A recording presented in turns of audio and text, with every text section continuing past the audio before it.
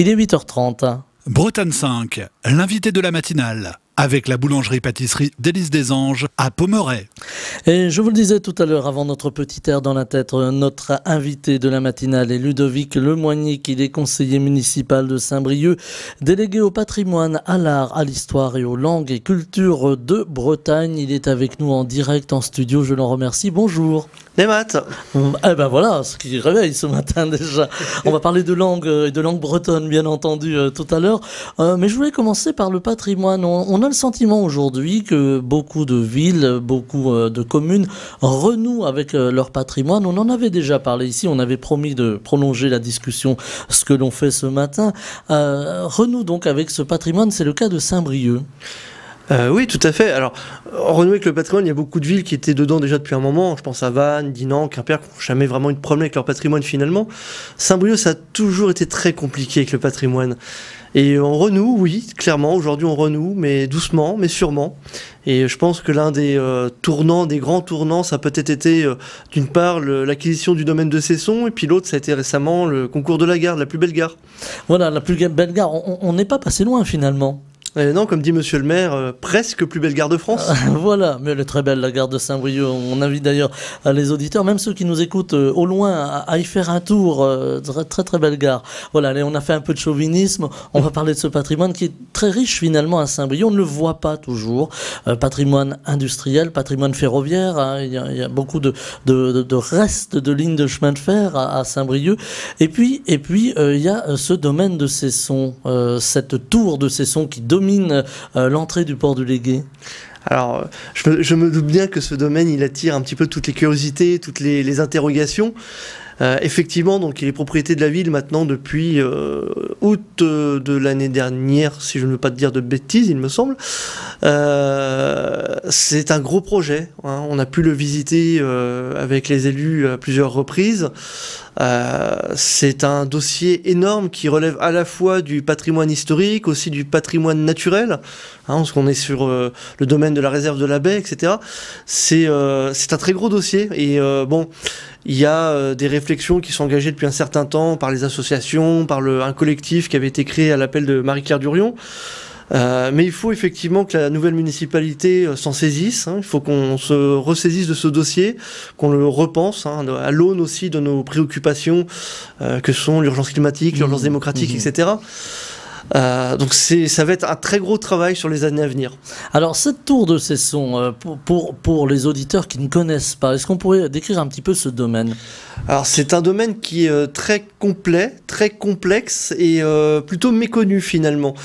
Ce qu'il faut comprendre, c'est qu'il y a eu très peu de fouilles archéologiques sur le domaine. Nos connaissances sont assez lacunaires.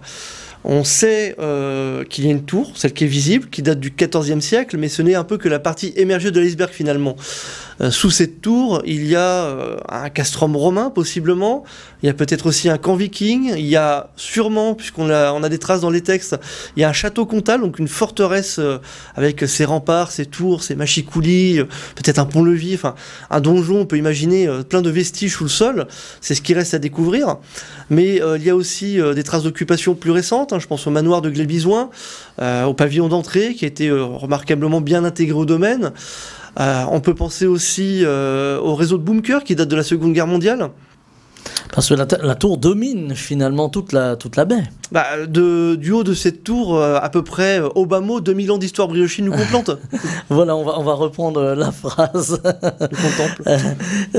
Ludovic Lemoignic, il faut aussi des fonds pour pouvoir restaurer le patrimoine, pour pouvoir effectuer des fouilles. Est-ce que c'est un problème aujourd'hui dans cette situation économique et à laquelle vient s'ajouter la pandémie?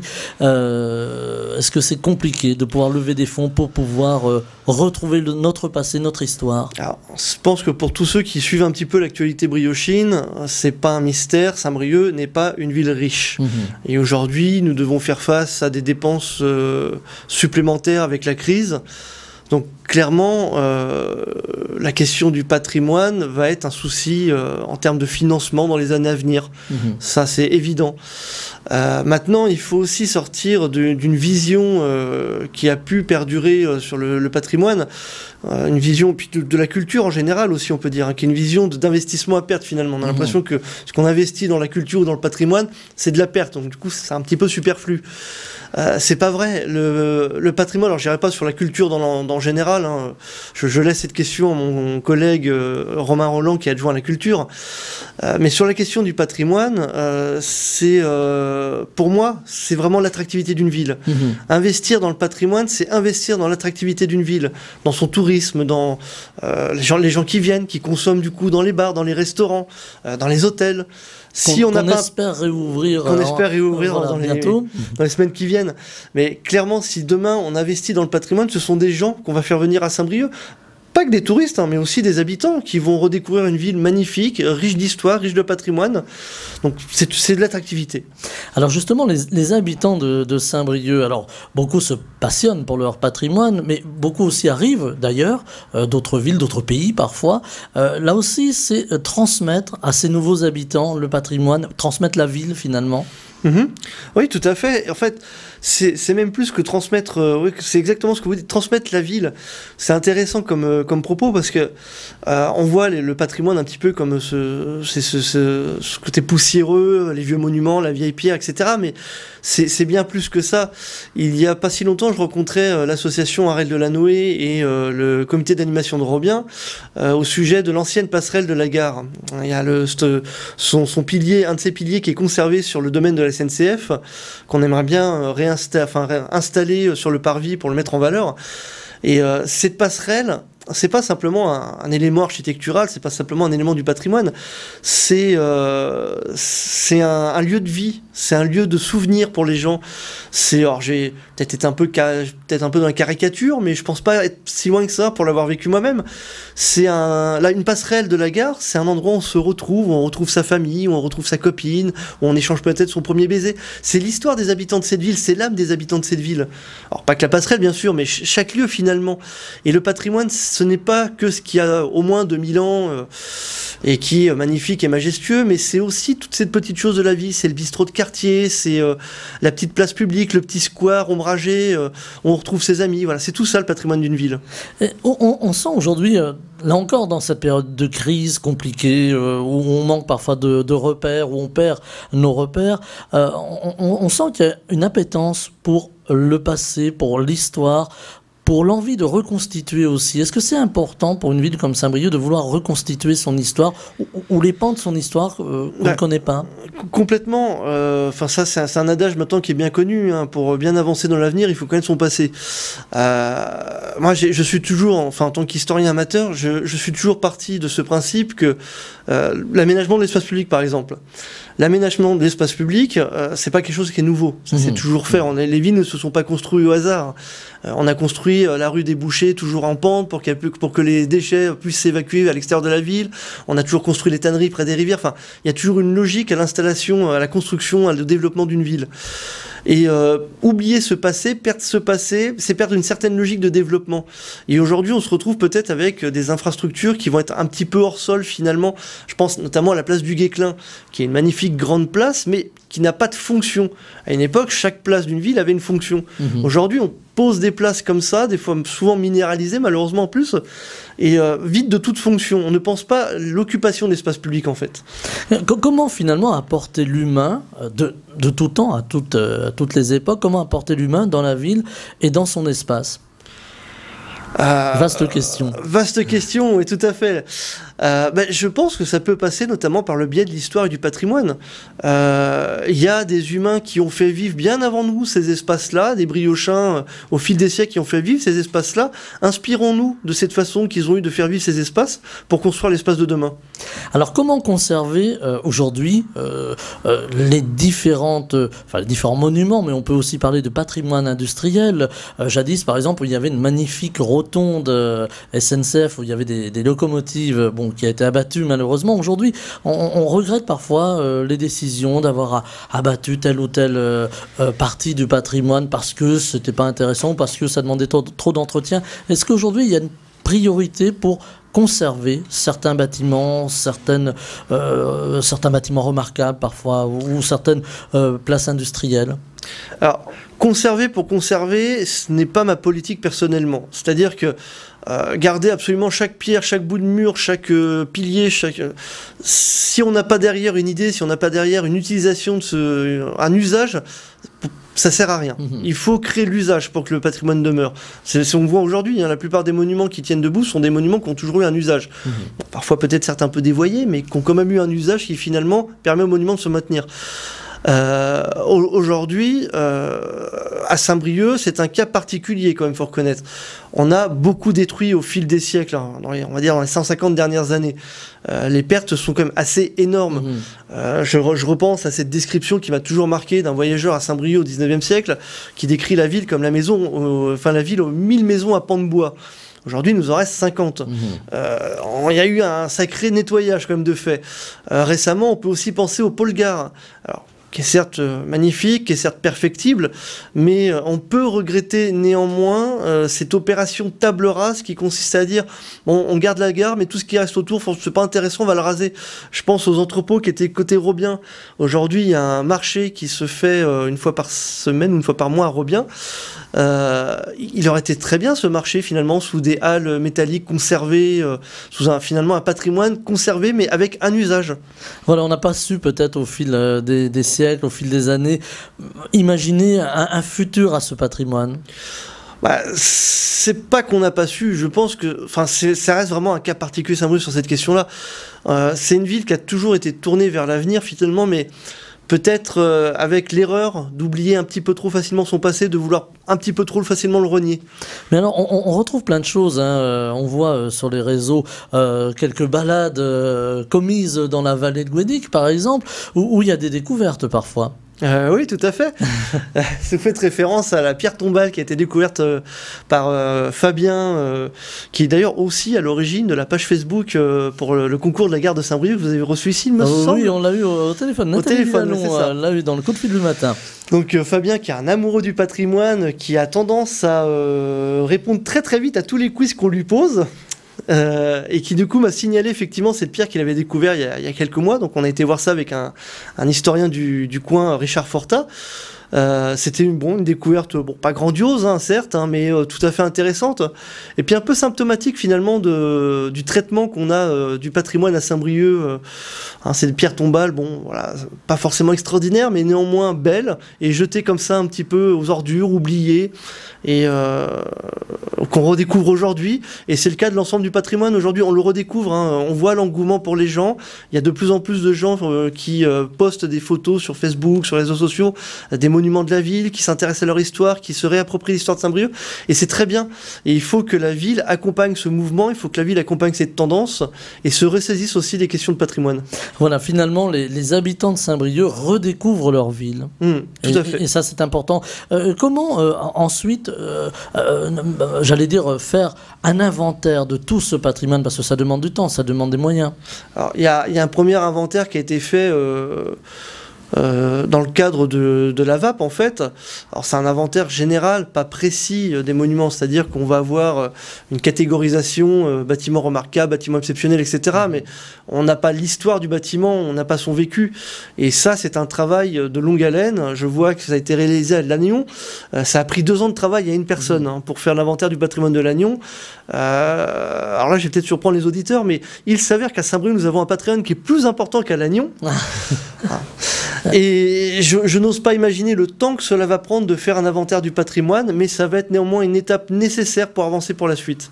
Est-ce qu'aujourd'hui, alors on faisait allusion à l'instant Ludovic Lemoignic aux réseaux sociaux, est-ce que justement les réseaux sociaux aident aussi, parce qu'on peut prendre un détail d'une façade, on peut photographier un petit détail qui chaque jour on peut passer à côté de quelque chose qui est peut-être très important, mais on l'a pas vu et voilà, un jour la photo se retrouve sur un réseau social. Est-ce que vous êtes attentif à ça? Ah tout à fait, oui. Ça me prend un petit peu de temps, je suis assez souvent sur les réseaux sociaux justement pour guetter sous ces petites informations. Je suis nouveau à Saint-Brieuc, hein, je suis ici depuis 4 ans, donc je n'ai pas la prétention de tout connaître, et je suis en apprentissage constant. Et grâce à des briochins, je pense à Kevin Magie notamment, qui est quand même un historien reconnu maintenant à Saint-Brieuc, j'apprends, je découvre constamment des choses. Est-ce que justement vous avez de l'œil extérieur, si j'ose dire, l'œil neuf? Est-ce que vous aussi, des fois, vous pouvez mettre en exergue quelque chose? Tenez, moi j'ai découvert ça. Alors, découvert, non, je pense qu'à Saint-Brieuc, oui, redécouvert plutôt, oui, tout à fait. À Saint-Brieuc, je suis pas sûr. Dans mon ancienne ville, oui, sûrement, mais ici, je suis vraiment encore trop jeune, enfin trop nouveau pour en arriver là. Alors on a parlé du patrimoine des vieilles pierres, du patrimoine industriel important à Saint-Brieuc, le patrimoine industriel également. Il y a aussi le patrimoine immatériel. Alors je disais en commençant tout à l'heure que vous étiez aussi conseiller municipal délégué à l'histoire et aux langues et cultures de Bretagne. Justement, la langue, ça fait partie du patrimoine aussi. Ou les langues. C'est même plus que du patrimoine. Les langues, c'est l'âme d'un pays, c'est l'âme d'une population, c'est l'âme d'un peuple. Ici, nous avons en plus la chance d'avoir 2 langues, 3 langues même. Nous avons le français, le gallo, le breton et le français, qui est une langue qui arrivait un petit peu plus tard chez nous. Ce sont 2 langues qui étaient aussi un petit peu finalement comme le patrimoine, qui étaient un petit peu oubliées à Saint-Brieuc finalement. On va attacher la municipalité à enclencher sur la toute fin de son mandat avec la signature de la charte du breton à entamer une marche positive, mais il va falloir que l'on continue. On l'a continué d'ores et déjà 6 mois après l'arrivée au pouvoir de cette nouvelle municipalité. Nous avons signé la charte du gallo. L'idée aussi de se réapproprier une part de l'histoire, et là, de l'histoire humaine de la ville. Tout à fait. Alors, c'est un petit peu le combat aussi d'explication qu'on doit mener. C'est qu'aujourd'hui, on a d'un côté les partisans du gallo à Saint-Brieuc, les partisans du breton à Saint-Brieuc. Il faut prendre 2 choses en compte, à mon sens. C'est d'une part que les frontières linguistiques sont fluctuantes. Elles bougent sans cesse. Elles ont la frontière du breton a régressé au fil des siècles. Il faut comprendre qu'à une époque, il allait quasiment jusqu'à Saint-Malo. Donc Saint-Brieuc était en pays breton pendant plusieurs siècles. Et peut-être qu'un jour, cette frontière bougera à nouveau, mais dans l'autre sens. Aujourd'hui, donc, nous sommes en pays gallo, mais nous sommes la ville galaisante la plus bretonnante. Nous avons quand même 7000 locuteurs du breton sur le pays de Saint-Brieuc, donc ce n'est pas négligeable. Donc à mon sens, à Saint-Brieuc, les 2 langues ont toute leur place. Et ça va être vraiment tout le travail de notre municipalité. C'est un petit peu cette phrase qu'on a trouvée, Saint-Brieuc, carrefour des langues. C'est là où Saint-Brieuc va affirmer sa singularité et son originalité. Alors, les langues cohabitent très bien, finalement. Le gallo, c'est un peu comme sur l'antenne de Bretagne 5. Voilà, ça c'est pour la petite pub au passage.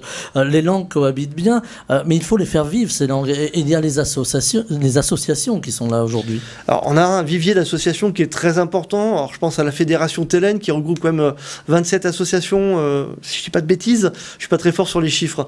Et plus d'1 millier d'adhérents, donc c'est quand même considérable. Il y a d'autres associations qui font partie de Télène qui sont extérieures à la ville. Je pense à Kerouezé, à Lamballe, qui fait un travail sur le gallo exceptionnel. Donc nous travaillerons bien entendu avec eux. On fera un petit peu d'extra-municipalité pour le coup. Ils viennent à Bretagne 5, Kerouezé, toute l'équipe de Jean Guérin, Daniel Vallon, par les gallos. Tout à fait. Tout à fait. Et ça va vraiment... Alors ça va être un travail qui va être compliqué, je vais pas me mentir là-dessus, je vais pas vous mentir là-dessus. Malgré le travail des associations... Il y a des résistances? Alors, c'est pas des résistances, je penserais plutôt à des habitudes. C'est-à-dire que on a pris, tout comme on a pris l'habitude de ne plus voir le patrimoine de Saint-Brieuc, on a un peu pris l'habitude de ne plus entendre parler de gallo et le breton à Saint-Brieuc. Et c'est des habitudes qu'il va falloir modifier, qu'il va falloir travailler. Je pense notamment aux services municipaux qui font un travail extraordinaire à tout point de vue, mais clairement les précédentes municipalités n'ont pas enclenché ce travail de changement d'habitude au sein des services. Et aujourd'hui, on le voit bien, introduire du breton, du gallo au quotidien dans la mairie de Saint-Brieuc, c'est compliqué. Ce n'est pas de la responsabilité des services, attention, je le redis, les services font un travail extraordinaire. C'est de la responsabilité des élus. Et aujourd'hui, je considère que c'est ma mission de faire ce travail-là, et puis la mission d'autres collègues aussi qui soutiennent les langues de Bretagne à Saint-Brieuc. On parle des panneaux aujourd'hui dans beaucoup de villes, panneaux bilingues, alors presque trilingues à Saint-Brieuc si on veut garder les 3 langues. Ça aussi, ça a un coût, ça demande aussi une organisation. Tout à fait, ça a un coût. Alors, ça a un coût qui n'est pas énorme, hein. Je peux vous le donner, hein. Pour refaire les 11 panneaux d'entrée de ville en trilingue à Saint-Brieuc, c'est 18 000 €. 18 000 € sur l'ensemble du budget d'une ville, hein. Hier, on en a parlé, on a voté le budget au conseil municipal. On était, je crois, à quelque chose comme 67 millions, il me semble. 18 000 €, c'est une paille. C'est une paille, mais c'est une paille qu'aujourd'hui, on a quand même du mal à mettre sur la table. C'est là, alors, encore une fois, c'est pas de la résistance, hein. C'est vraiment une question de prendre des habitudes. Aujourd'hui, quand on dit, voilà, il faut mettre 18 000 € pour mettre des panneaux trilingues, c'est un petit peu compliqué. Bon, ça va se faire, j'en doute pas. On a signé la charte de toute façon, donc ça doit se faire. Mais et c'est très important. C'est très important. On va me dire aujourd'hui, oui, mais c'est accessoire, des panneaux d'entrée de ville trilingue. C'est du gadget, c'est du folklore. Non, ce n'est pas du folklore, ce n'est pas du gadget. C'est les langues dans l'espace public. Pour qu'une langue existe, il faut déjà qu'elle soit inscrite dans l'espace public. C'est la première mission finalement de la force publique, c'est de l'inscrire dans l'espace. Les associations font un travail d'apprentissage, de transmission, mais nous à la mairie, nous devons d'inscrire ces langues dans l'espace public, et ça passe par des panneaux d'entrée de ville. Il y a, je crois aujourd'hui, quelque chose comme 50 000 voitures qui rentrent et sortent de Saint-Brieuc, 50 000 voitures avec autant de gens dedans, qui voient des panneaux bretons gallo, qui s'interrogent, qui réfléchissent dessus, qui vont peut-être se dire, ah, du coup, je vais peut-être me faire une formation en gallo, je vais peut-être me faire une formation en breton.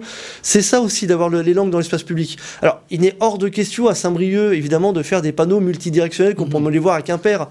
Imaginez le bazar, surtout que nous, comme vous le disiez, on va forcément avancer sur les 3 langues. Si vous les mettez en gallo, je comprendrais. Hein. Alors, oui, mais à Saint-Brieuc, on avancera forcément sur les 3 langues. L'idée, c'est qu'à partir de maintenant, nous avons les 2 chartes au même niveau, c'est que nous avançons systématiquement à égalité pour les 2 langues. Et le français aussi. Voilà, le français qui reste la langue de la République. Qui reste la langue de la République, effectivement. Mais comme je l'ai dit, le breton et le gallo étaient là avant. Donc, on va pas les mettre en avant par rapport au français, mais il faut les mettre à égalité. Il faut que dans notre espace public, ces 3 langues soient égalité. Alors après, on peut pas le systématiser. Comme je disais, on peut pas faire tous les panneaux directionnels. Imaginez le bazar. On s'y retrouverait plus. Donc il faut faire ça sur des actes forts, des panneaux d'entrée de ville par exemple, ou de la signalétique sur les bâtiments. Je pense la mairie, tout le monde rentre dans une mairie un jour ou l'autre. Et de fait qu'on retrouve les 3 langues sur la façade de la mairie, forcément ça peut créer un déclic. Donc le patrimoine immatériel des langues, alors il y a un grand débat aujourd'hui autour des langues en Bretagne, alors avec les élections régionales qui se profilent à l'horizon. C'est une volonté aussi, et on terminera là-dessus, Ludovic Lemoignic, c'est une volonté politique, les langues, le patrimoine. Ah, tout à fait, c'est une volonté politique, clairement. S'il n'y a pas de volonté politique, malgré le travail excellent des associations et même des fois des services, on n'avance pas. Il faut derrière qu'il y ait une volonté politique forte. Aujourd'hui, bon, c'est effectivement, on arrive aux élections, j'entends beaucoup de discours, j'entends beaucoup d'attention. Aujourd'hui, le breton, le gallo sont des langues qui sont en danger. Les intentions des uns et des autres, hein, qui sont en politique depuis un certain temps. Moi, je suis en politique depuis 2 ans. Je suis un petit jeune, je suis un petit nouveau. Mais quand j'entends des gens qui sont en politique depuis 10, 15 ans nous dire il faudrait faire ça, j'ai envie de leur dire mais faites-le. Vous êtes aux commandes, vous avez été aux commandes à un moment ou à un autre. Pourquoi ce n'est pas fait encore aujourd'hui? Il faut une volonté politique. Dernier mot, vous dites je suis un petit jeune, je ne vous demanderai pas votre âge, Ludovic Lemoignic, mais est-ce que justement le fait d'être jeune, le fait d'avoir envie de faire bouger les choses, ça fait finalement bouger les choses? Ça aide à faire bouger les choses, mais je peux pas y arriver tout seul. J'ai besoin des anciens, j'ai besoin des nouveaux. Je constate, hein, il y a un peu d'antiparisianisme. Hein. Je suis né en Seine-et-Marne, je le dis, je l'ai déjà dit, je le redirai, je l'assume. Je suis né en Seine-et-Marne et je constate quand même qu'en Bretagne, beaucoup de gens qui font bouger les choses sont des Bretons d'origine qui reviennent vivre en Bretagne. Donc c'est important, ces néo-anciens Bretons. C'est très important, c'est souvent eux qui font revivre un petit peu notre culture et nos langues. Voilà, alors nous on fera pas d'anti-parisianisme ici, on taquine un petit peu nos amis parisiens qui se sauvent parfois de la pandémie, mais on est content de les avoir sur le territoire. Voilà. Eh bien Ludovic Lemoignic, on était ravis de vous avoir au micro de la matinale ce matin. Je rappelle que vous êtes conseiller municipal de Saint-Brieuc, délégué au patrimoine, à l'art, à l'histoire et aux langues et cultures de Bretagne. Et on aurait eu encore plein de choses à dire, alors vous reviendrez, c'est promis, au micro de la matinale. Merci infiniment et très belle journée à vous. Kenavo. Bretagne 5 matin, Stéphane Hamon.